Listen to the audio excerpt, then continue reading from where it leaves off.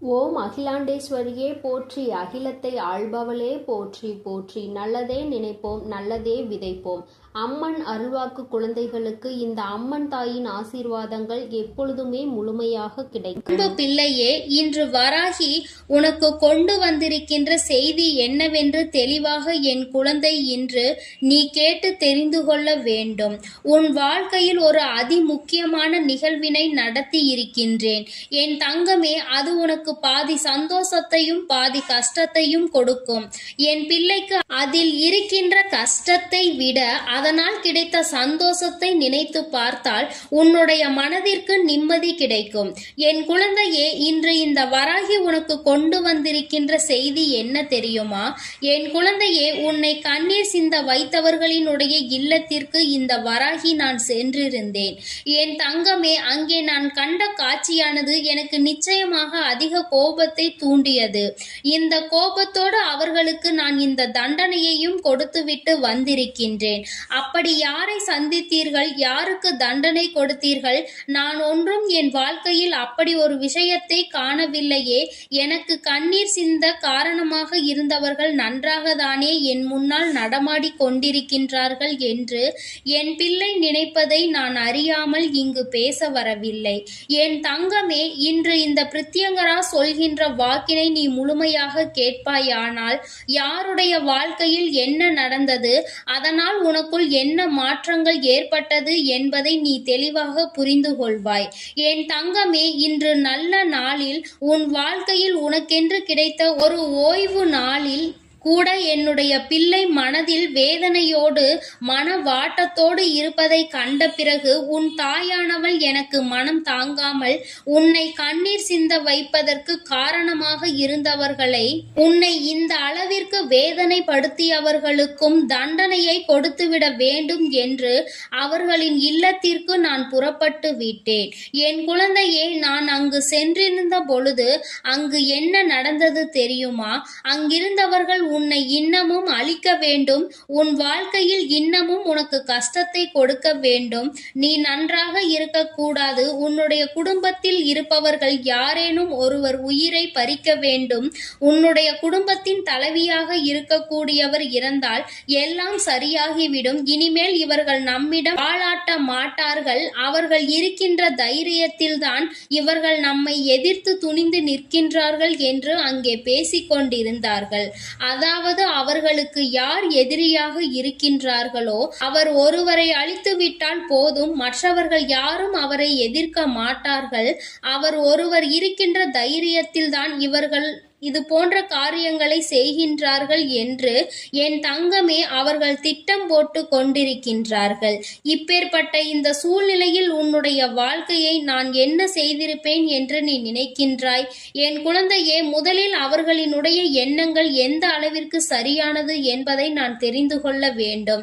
யார் பக்கம் நியாயம் இருக்கிறது, யார் பக்கம் தவறு இருக்கிறது என்பதை உன் வராகி நான் நிச்சயமாக புரிந்து கொள்ள வேண்டும்.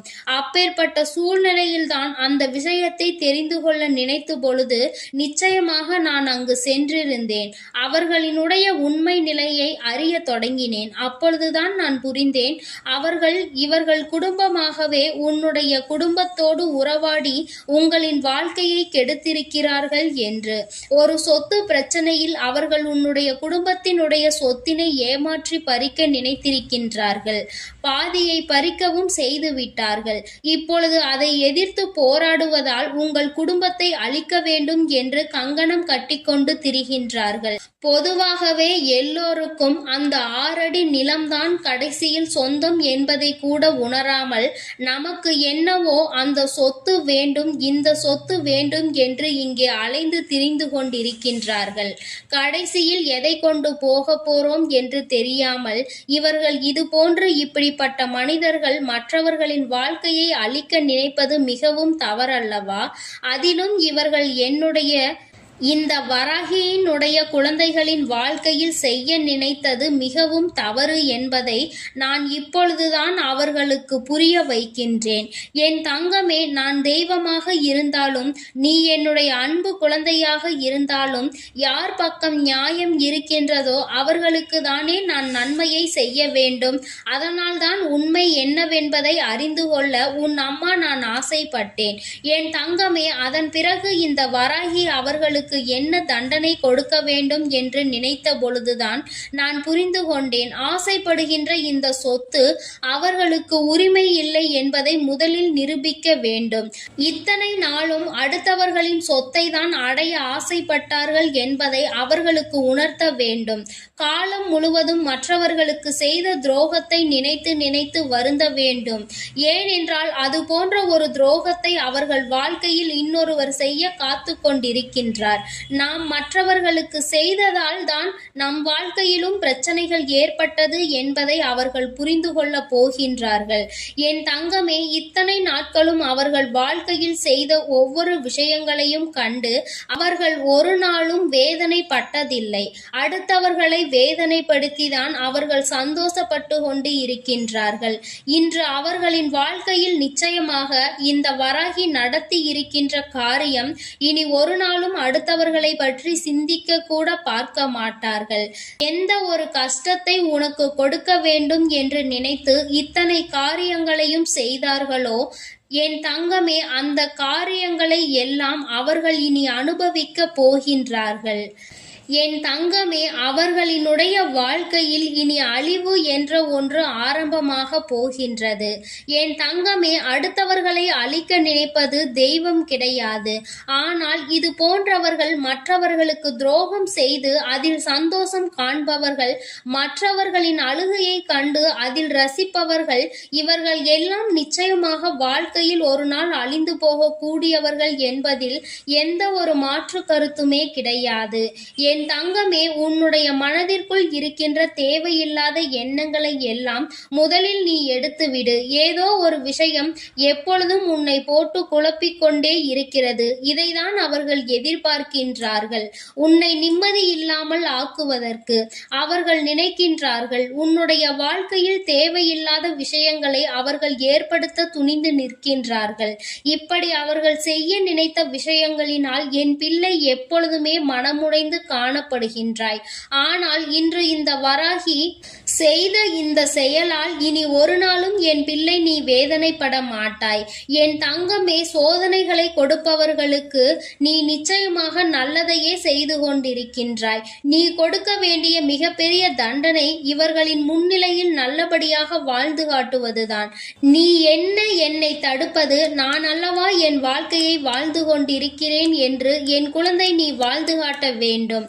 இந்த வராகியினுடைய அன்பு எப்பொழுதும் உனக்கு முழுமையாக இருக்கும் வரை உனக்கு என்ன பிரச்சனைகள் வந்தாலும் அதை பொடி பொடியாக நான் ஆக்கிவிடுவேன்.